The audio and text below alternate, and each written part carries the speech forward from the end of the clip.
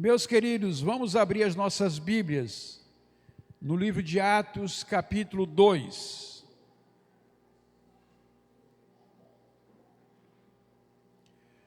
Atos dos Apóstolos, que muitos chamariam mais de Atos do Espírito Santo do que de Atos dos Apóstolos. Capítulo de número 2.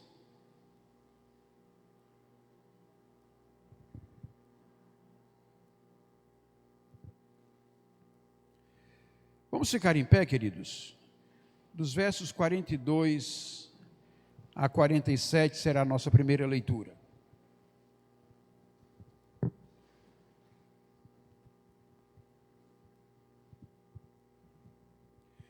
Diz assim a palavra de Deus: e perseveravam na doutrina dos apóstolos, e na comunhão, no partir do pão e nas orações. Em cada alma havia temor, e muitos prodígios e sinais eram feitos por meio dos apóstolos. Todos os que criam estavam juntos e tinham tudo em comum. Vendiam as suas propriedades e bens, distribuindo o produto entre todos à medida que alguém tinha necessidade.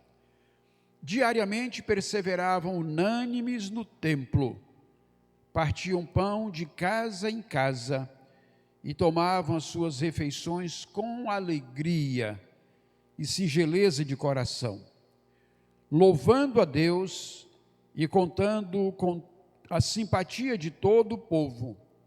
Enquanto isso, o Senhor lhes acrescentava dia a dia os que iam sendo salvos. Vamos repetir todos o versículo 42. Aparece aí na sua projeção, e você pode repetir comigo o verso 42. E perseveravam na doutrina dos apóstolos e na comunhão, no partir do pão e nas orações. Pai, que esta palavra seja uma palavra a se cumprir também em nosso meio. Que tenhamos um povo perseverante na palavra do Senhor, perseverante na comunhão, perseverante no partir do pão, nas orações, e que, ó Deus, este povo, vivendo esses valores, possam ser instrumentos da glória do Senhor, e possam atrair ao Senhor aqueles que haverão de ser salvos. Tenha misericórdia de nós, e torna-nos uma igreja segundo o teu coração. Assim eu oro, Pai, no nome de Jesus. Amém. Queiram sentar, meus queridos. Meus irmãos, ainda que nós tenhamos pessoas que vivam uma realidade histórica de uma família disfuncional, de uma família problemática, de uma família conflituosa, ainda que tenhamos pessoas que venham de ambientes violentos, agressivos, na realidade elas querem encontrar ambientes onde haja paz, onde haja harmonia, onde haja respeito. Elas querem encontrar lugares que sejam marcados pelo acolhimento, pela compreensão. Ninguém fica feliz em viver em ambientes de conflitos, de agressividade, de desrespeito. Ninguém fica satisfeito por ambientes assim.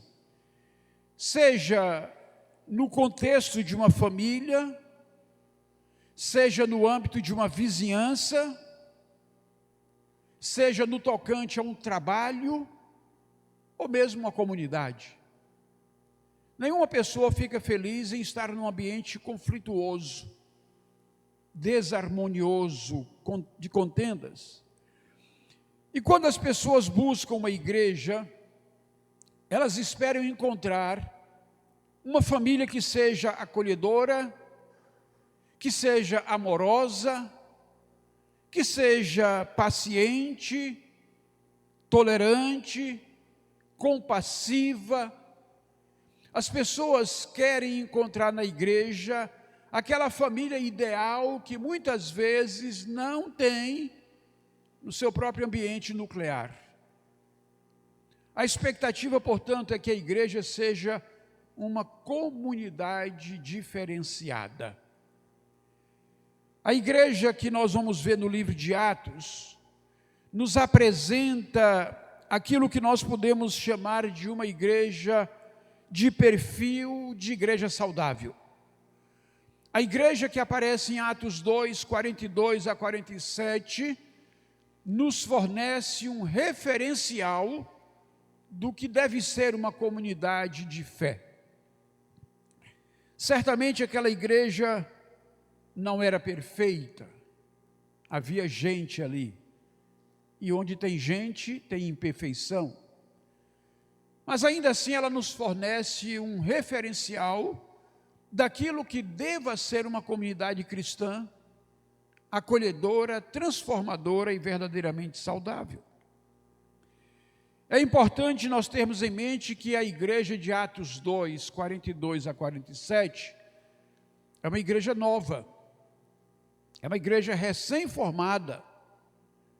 As pessoas estavam vindo de um processo de transformação, em que Jesus estava transformando a vida delas e trazendo-as para o seio de uma comunidade de fé.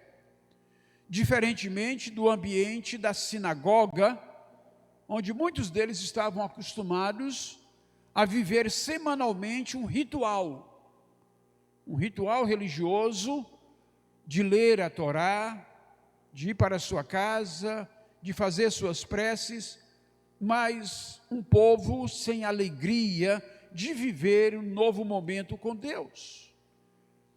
Era para aqueles que estavam na sinagoga um tempo de expectativa, um tempo de sonhar com a chegada do Messias. Então eles tinham uma adoração de uma fé um tanto quanto morta.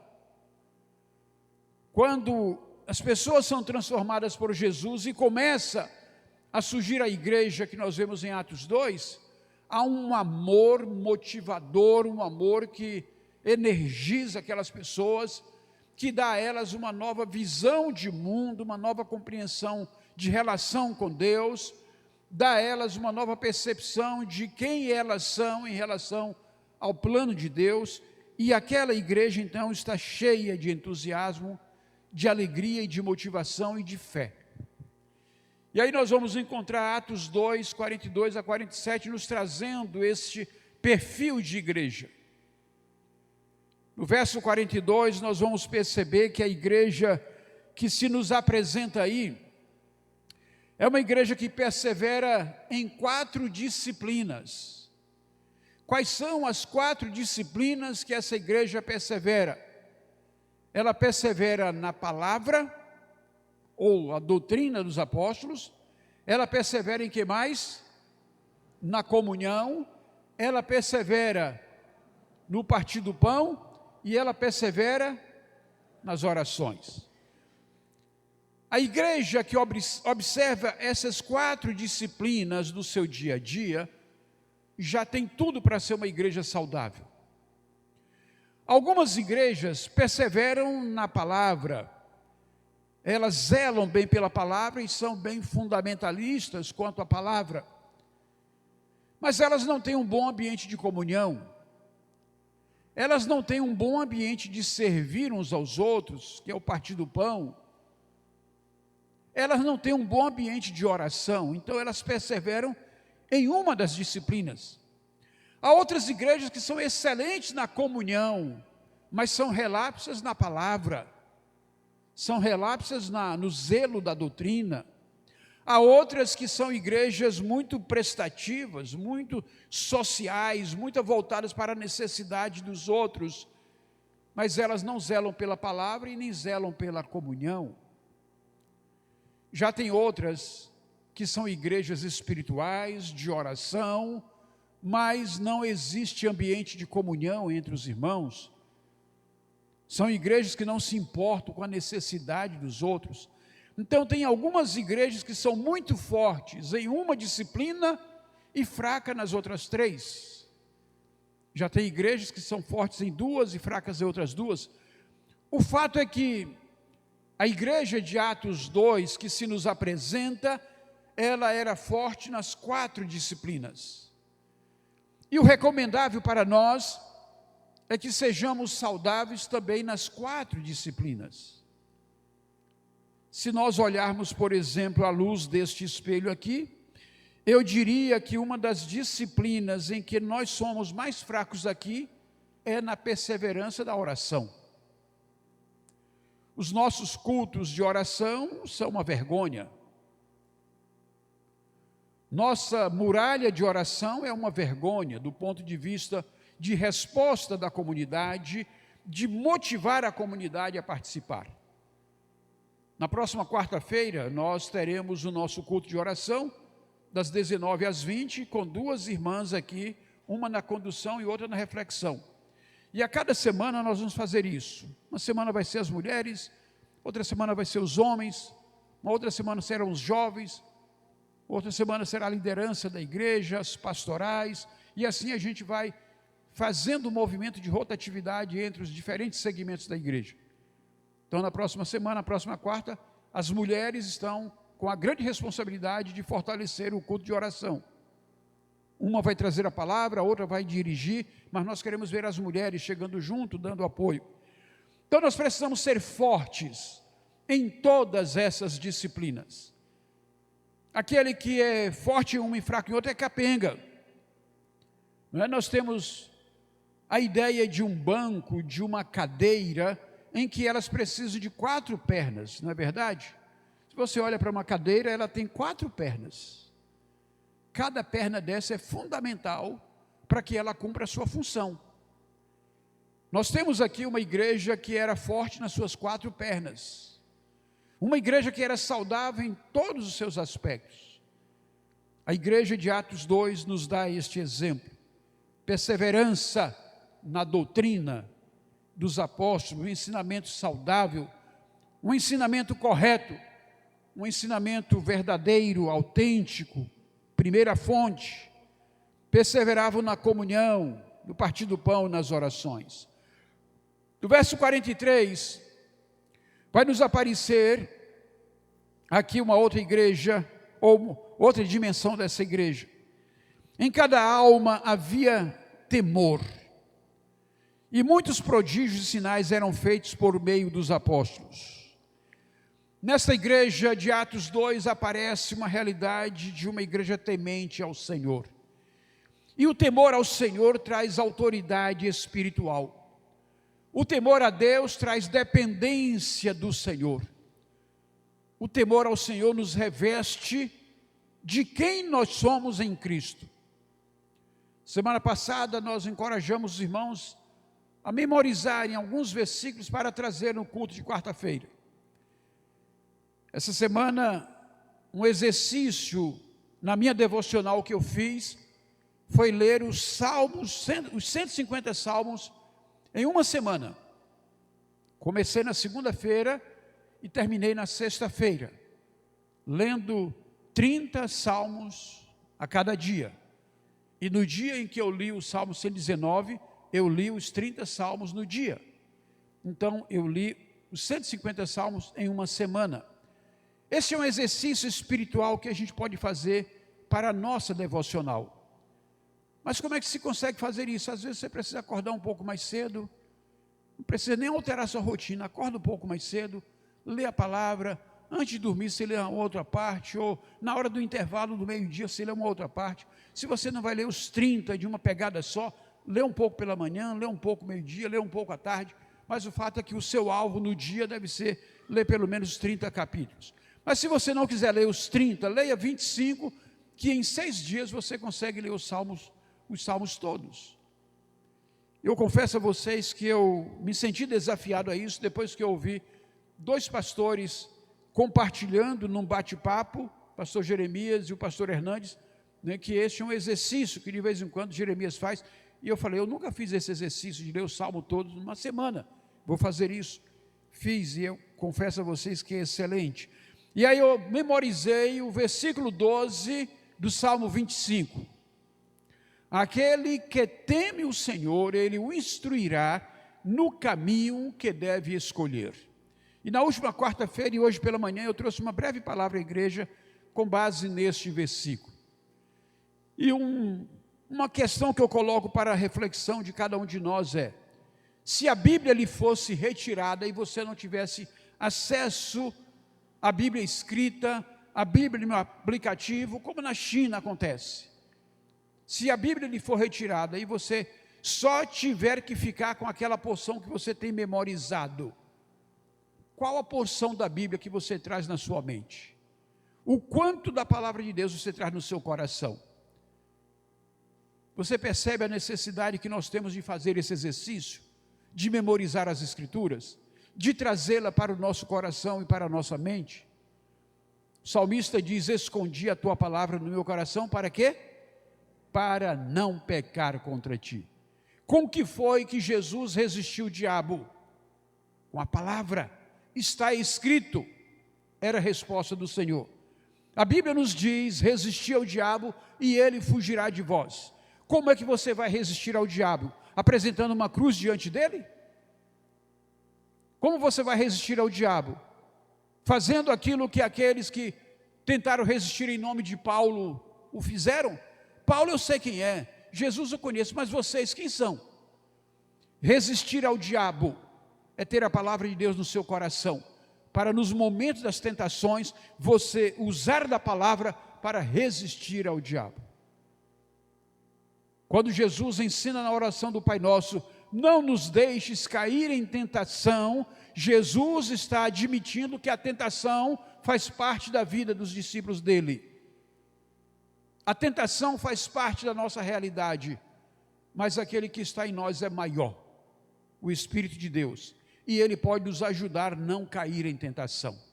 Portanto, é preciso que a igreja de Jesus tenha temor ao Senhor, e o temor ao Senhor vem pela palavra de Deus guardada em nosso coração.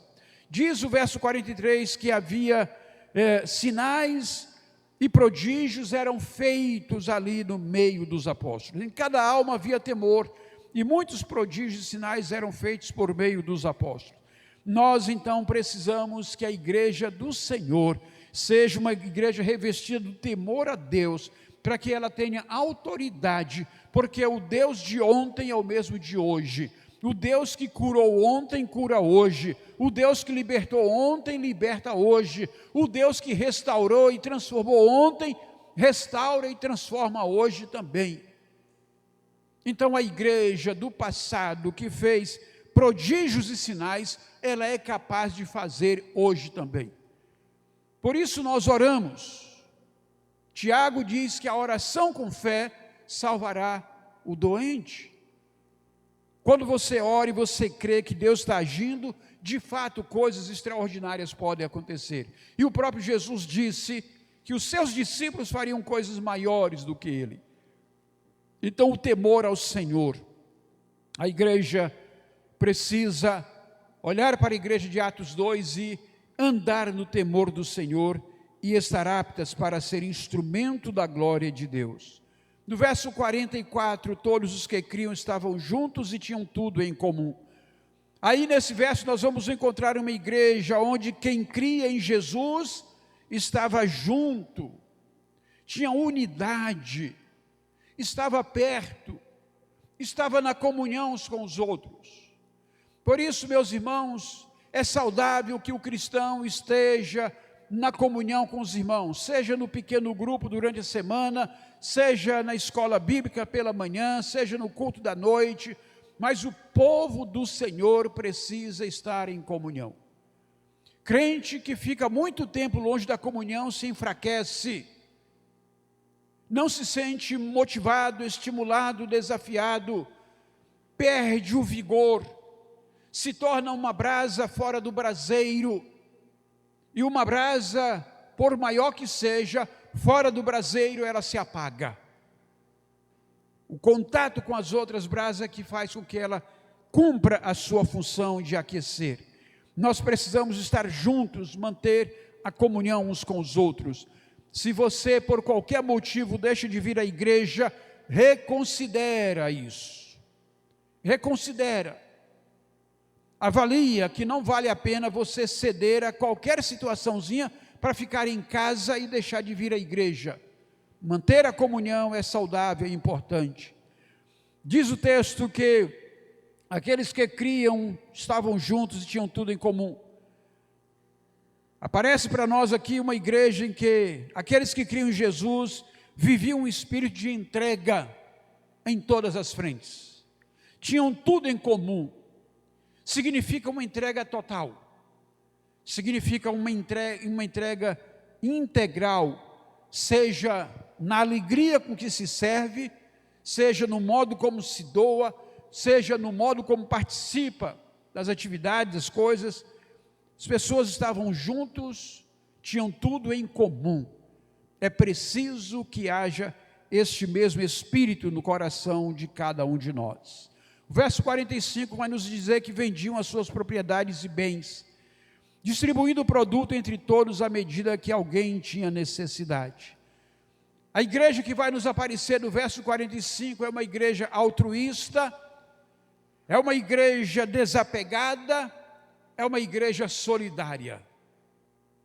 Estes três elementos precisam estar no coração do discípulo hoje. Altruísmo é você olhar aquilo que Deus te deu como não sendo absolutamente seu, mas também para servir a outros.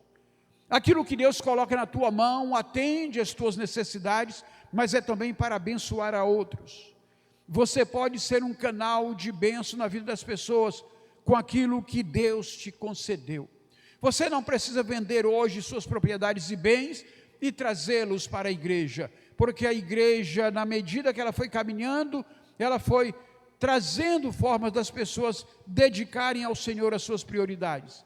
A oferta, o dízimo, o modo como você se consagra ao Senhor é uma das formas que você tem de dizer: aquilo que Deus me deu é consagrado a Ele, e daquilo que Ele me deu eu dedico para o seu louvor e para a sua glória. Mas o altruísmo nos ensina a doar para além daquilo que atenda a nossa necessidade. Uma igreja desapegada, uma igreja solidária, que olhava para a necessidade dos outros e que a partir da necessidade do outro buscava os seus recursos para suprir a necessidade alheia. No verso 46 vai nos aparecer uma igreja também muito dinâmica. Diariamente perseverava unânimes no templo, partiam pão de casa em casa e tomava suas refeições com alegria e singeleza de coração. A igreja que aparece aqui é uma igreja perseverante nas celebrações de adoração no templo. É uma igreja que tem prazer em ir ao templo para adorar, tem prazer em ir ao templo para estar junta, tem prazer para ir ao templo para ouvir da palavra, porque no templo ela se reveste, ela é desafiada, ela é encorajada e ela, a partir do que ela recebe no templo, ela vai cumprir o exercício do ministério no meio da semana nas casas. Diariamente perseveravam unânimes no templo. Mas aí aquilo que recebiam no templo era levado para as casas. Partiam pão de casa em casa, tomavam suas refeições com alegria e singeleza de coração. A igreja de Atos 2 perseverava nas celebrações de adoração. A igreja de Atos 2 estendia às famílias nas casas aquilo que ouvia no templo. A igreja de Atos 2 dividia a mesa com outros irmãos com alegria. Tinha prazer de partilhar o pão com outros. E como dissemos, uma igreja nova, uma igreja crescente, cerca de 3.000 pessoas estavam naquela igreja. Então, seguramente, quem ia à casa dos outros não havia ainda um profundo conhecimento. O ir à casa uns dos outros não implicava: eu só vou chamar a minha casa aqueles que já são meus amigos, eu só vou chamar a minha casa aqueles que eu já conheço. Implicava em abrir as portas da sua casa para receber irmãos novos na fé. E eles iam se conhecendo no processo da convivência. As nossas relações hoje em dia, elas estão muito restritas ao ambiente de amizade que nós temos. Nossas relações estão muito restritas aos irmãos da igreja com quem eu me sinto à vontade, porque nem é com todo mundo que eu me sinto à vontade. Então as minhas relações ficam restritas a um pequeno grupo, e só esse pequeno grupo eu chamo para ir à minha casa. A igreja de Atos 2 nos ensina a abrir as portas das nossas casas para receber estranhos, para receber novos irmãos na fé, para receber novas pessoas que estão chegando à comunidade.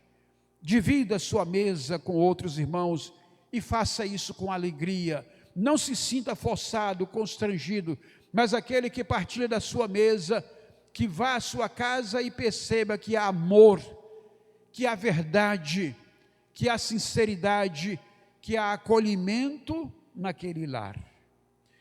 No verso 47, diz a palavra que louvando a Deus e contando com a simpatia de todo o povo, enquanto isso o Senhor lhes acrescentava dia a dia os que iam sendo salvos.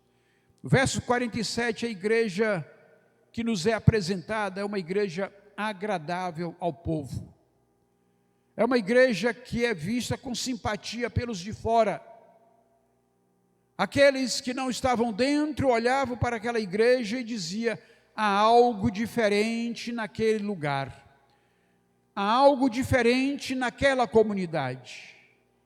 Ao mesmo tempo, uma igreja dinâmica no seu crescimento, contando com a simpatia de todo o povo. Enquanto isso, o Senhor lhes acrescentava dia a dia os que iam sendo salvos. É uma igreja que não se acomodava, mas era dinâmica em crescer, em alcançar novas pessoas. É uma igreja que promove engajamento, portanto, é uma igreja missionária. Toda igreja que promove engajamento é uma igreja missionária. Toda igreja que é receptiva aos de fora é uma igreja missionária. Toda igreja que se torna agradável àqueles que estão fora dela é uma igreja que vai para além dos seus muros, então é uma igreja missionária. Então, meus irmãos, nós somos chamados a exercitar o nosso discipulado em fazer novos discípulos, sendo missionários que acreditam na igreja do Senhor. Meus irmãos, eu acredito que a igreja de Atos 2, 42 a 47, ela nos serve como uma referência para diagnosticar a saúde das demais igrejas ao longo da história. Nós devemos olhar para essa igreja e ver nela um paradigma daquilo que deva ser uma igreja saudável. A questão ou a pergunta que nós devemos fazer para nós mesmos é: o quanto dessa igreja eu posso ver na comunidade que eu congrego? O quanto dessa igreja de Atos 2 eu posso ver na minha congregação? O quanto dessa igreja de Atos 2 nós podemos fazer esse check-up e dizer: esta é a minha igreja? Precisamos tomar isso como uma régua de perfeição? Certamente que não.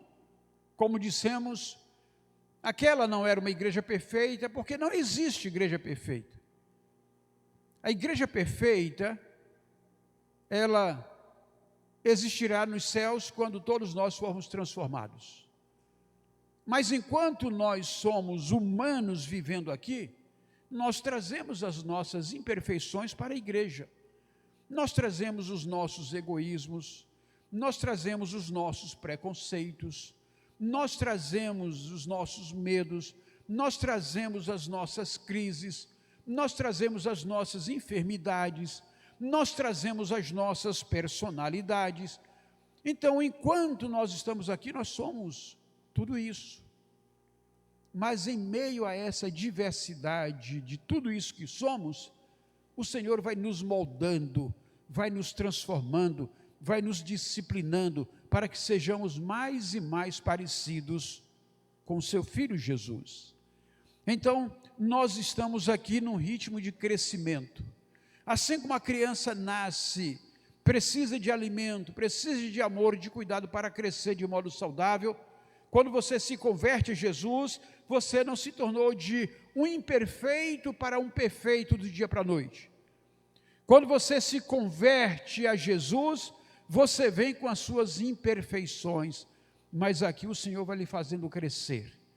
Se a sua mente, o seu coração não se fechar para ficar apenas com metade das verdades, se o seu coração está aberto, cada vez que você vem aqui e ouve uma palavra que lhe corrige, que lhe ensina, que lhe encoraja, que lhe exorta, então você vai se exercitando para ir deixando aqueles defeitos que lhe acompanham, para que você seja um filho de Deus mais e mais parecido com Jesus.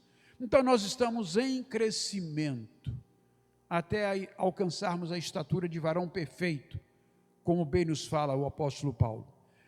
Então, não tomemos essa igreja como uma régua de perfeição, mas tomemos ela como exemplo de crescimento e de comunidade saudável.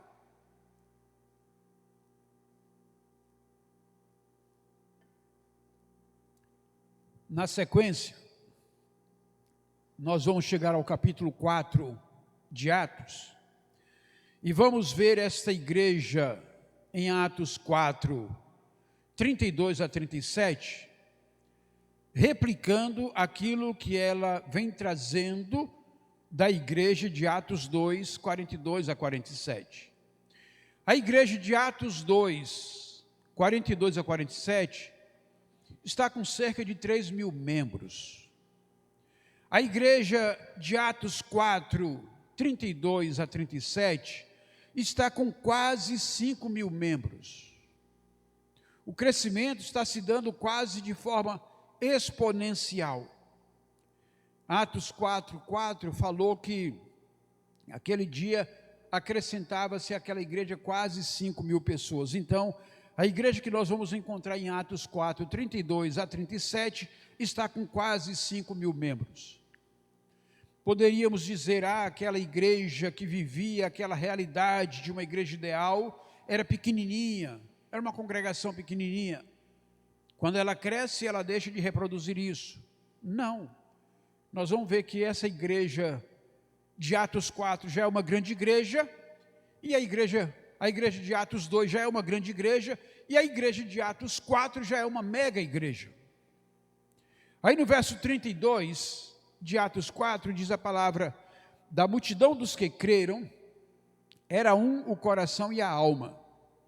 Ninguém considerava exclusivamente sua nenhuma das coisas que possuía, tudo porém lhes era comum. Vejam que mesmo crescendo, aquela igreja cultivava unidade, cultivava altruísmo e cultivava solidariedade. Os mesmos princípios da igreja de Atos 2. Verso 33 vai dizer: com grande poder os apóstolos davam testemunho da ressurreição do Senhor Jesus, e em todos eles havia abundante graça. A igreja de Atos 4 se tornara mais intrépida no ato de testemunhar. A igreja de Atos 4 se tornara mais ousada, mais incisiva em fazer missões. Porque com poder dava testemunho da ressurreição do Senhor Jesus. E aquela igreja nós podemos ver que desenvolveram uma cultura de graça abundante. E em todos eles havia abundante graça. Significa dizer que havia uma cultura. Aquela igreja já aprendera a ser graciosa, generosa, simpática, acolhedora, amigável. Aquela igreja desenvolver uma cultura transformadora. Ela não era formada por ações pontuais. Só em tais ocasiões eu vou ser simpático, acolhedor, gracioso. Não. Ela deixa claro que no dia a dia essa igreja vivia uma graça abundante. O verso 34 vai nos dizer que não havia nenhum necessitado entre eles, porque os que possuíam terras ou casas, vendendo-as, traziam os valores correspondentes. E o verso 35, e os depositavam aos pés dos apóstolos. Então se distribuía a cada um conforme a sua necessidade. A igreja que vem e que chega em Atos 4, é uma igreja que tem como princípio socorrer as necessidades uns dos outros. É um princípio daquela igreja, suprir, não deixar que uns tenham muito e outros não tenham nada, mas suprir, dividir, compartilhar.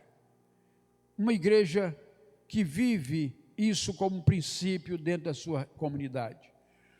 Eu li um tempo atrás um romance que retrata a história do povo hebreu quando da reconstrução do Estado de Israel, 1948 e em diante ali. E o nome desse romance é Êxodos. E ele traz a história desse povo a partir do movimento de retorno à Terra Prometida. E é interessante que num certo momento do romance, a história, que é baseada no fato real, a história retrata algumas comunidades. E mesmo não trazendo o pano de fundo bíblico, aquela história do retorno do povo e do modo como estavam vivendo na sua comunidade, mostrava que esse princípio acompanha aquele povo como algo cultural. Aquela coisa de se preocupar com a necessidade uns dos outros. Aquela coisa de suprir e de dividir. Está presente nesse romance. E quando eu cheguei a esse texto, eu me lembrei disso.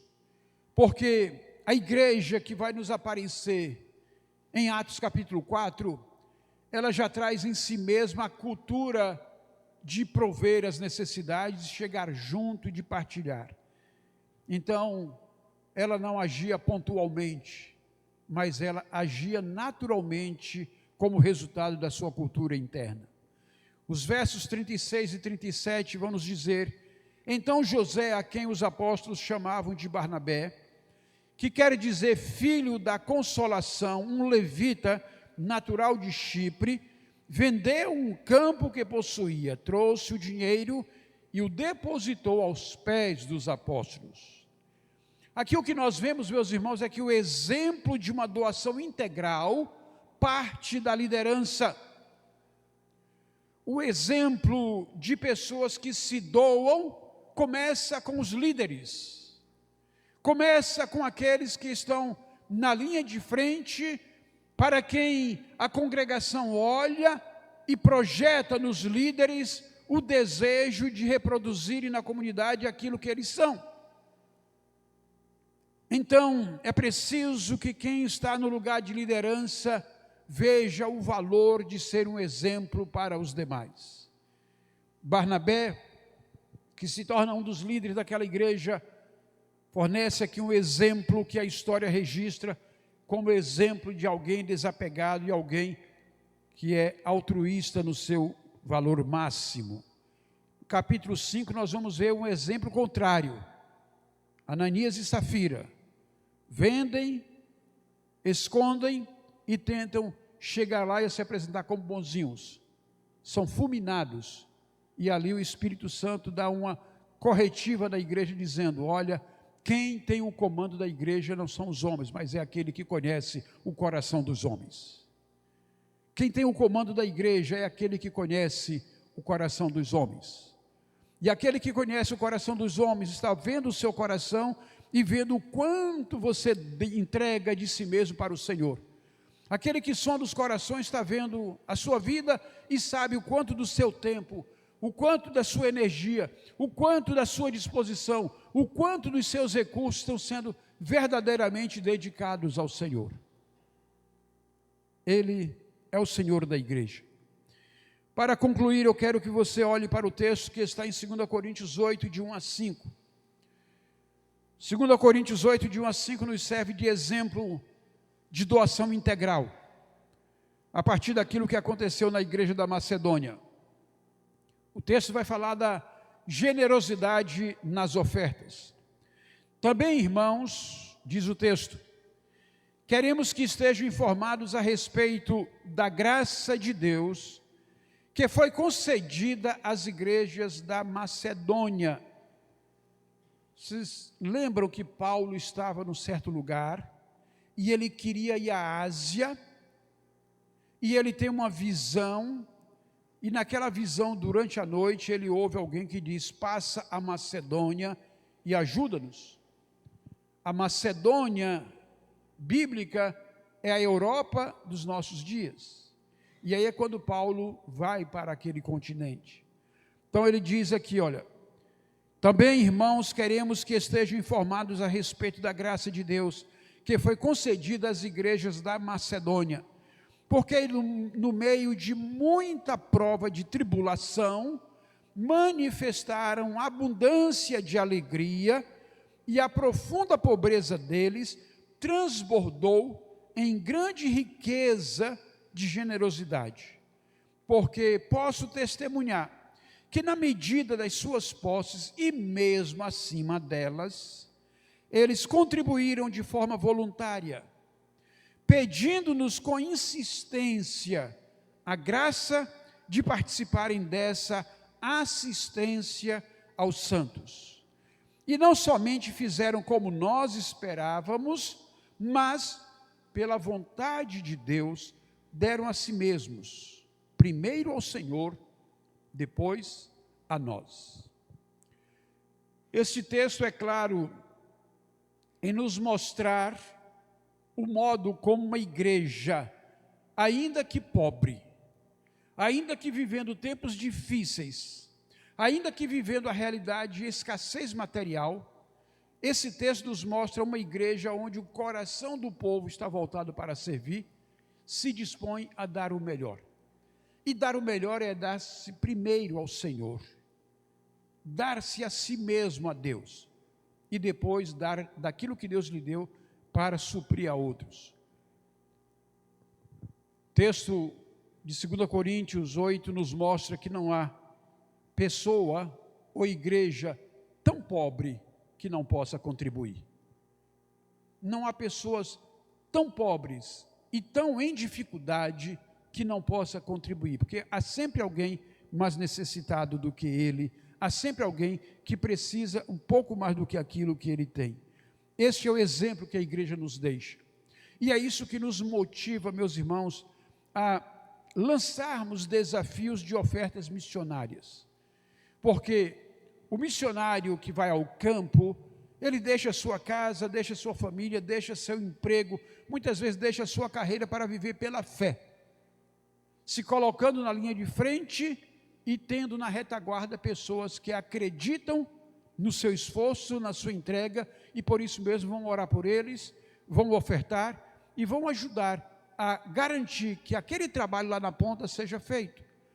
Então, quando você oferta para missões, você está ofertando com essa consciência de que está abençoando alguém que você nem sabe quem é, mas esse alguém é um canal de Deus para a transformação de outras vidas. Por isso nós devemos colocar em nossos corações ofertas que sejam expressivas. E aí nós lançamos no último domingo, como desafio para a nossa igreja em setembro, um alvo com 3 dimensões. Primeiro, a dimensão da realidade. A nossa realidade, R$10.000 é aquilo que a gente pode levantar em um mês para uma campanha. Mas na nossa dimensão da fé, nós podemos chegar a R$12.000. E se nós olharmos a dimensão do sacrifício e do amor, nós podemos chegar a 15.000. Então vamos perseguir pelo menos o alvo real de chegar aos 10.000. Mas que nós não nos fechemos para a oferta sacrificial, para a oferta de amor, porque fazendo isso certamente vamos abençoar mais pessoas. Lembram daquele recorte do filme A Lista de Schindler, em que ele chora lamentando não poder ajudar mais um? Esse é o sentimento que devemos ter.